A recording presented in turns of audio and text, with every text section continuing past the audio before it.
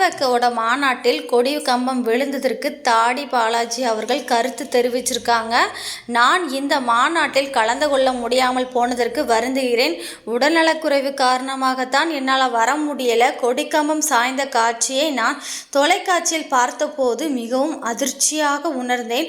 ஒருவேளை அது இன்று விழாமல் நாளை விழுந்திருந்தால் பெரிய உயிர் சேதம் ஏற்பட்டிருக்கும். பெரிய ஆபத்து தவிர்க்கப்பட்டுள்ளது. எனவே நாளை நடைபெற உள்ள மாநாட்டை நாம் அனைவரும் ஒன்றிணைந்து எவ்வித அசம்பாவிதம் இல்லாமல் சிறப்பாகவும் பாதுகாப்பாகவும் நடத்தி முடிப்போம்.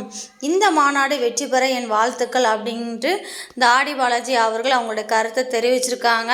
ஸோ இதை பற்றி உங்களுடைய கருத்துங்கிறத கீழே கமெண்ட் பண்ணுங்கள். ஸோ தாடி பாலாஜி என்ன பேசினாங்க அப்படிங்கிறத பார்த்துடலாம். ஹாய், எல்லோருக்கும் வணக்கம். நாளைக்கு மதுரையில் நம்ம தமிழக வெற்றி கழகத்துடைய 2வது மாநில மாநாடு நடக்குது.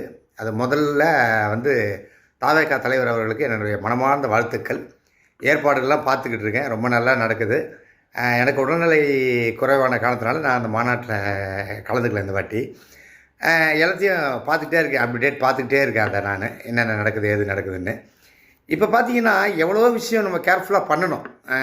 இப்படி ஒரு பெரிய விஷயம் நடக்கும்போது இன்றைக்கி பார்த்திங்கன்னா அந்த கொடிக்கம்பம் இப்போ கீழே விழுந்துருக்கு அப்படின்னு சொல்லிட்டு ஒரு இதை பார்த்தேன். கொஞ்சம் அதெல்லாம் ஜாக்கிரதையாக எப்படி பண்ணோம், இன்னும் கொஞ்சம் பண்ணலாம்.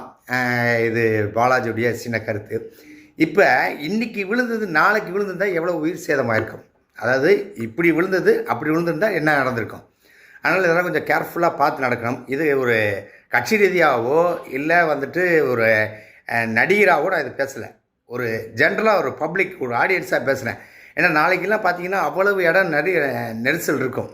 ஏன்னா முதல் மாநாட்டிலே பார்த்திங்கன்னா அவ்வளவு கூட்டம். இப்போ இதுக்கு இன்னும் ஏகப்பட்ட கூட்டம் வரும். எந்த விதமான அசம்பாவிதமும் நடந்துடக்கூடாது. கொஞ்சம் கேர்ஃபுல்லாக இருந்துருக்கலாம். கொஞ்சம் பார்த்து என்ன மாதிரி அதுக்கான இது எடுக்கணும்னு பார்த்துங்க. இதை பார்த்தோன்னே கொஞ்சம் அதிர்ச்சியாக இருந்துச்சு. ஏன்னா ஒரு உயிர் போச்சுன்னா கூட அது பெரிய நமக்கு தான் சங்கடம். அதனால் கேர்ஃபுல்லாக இது பண்ணுங்கள். மாநாட்டுக்கு என்னுடைய வாழ்த்துக்கள்.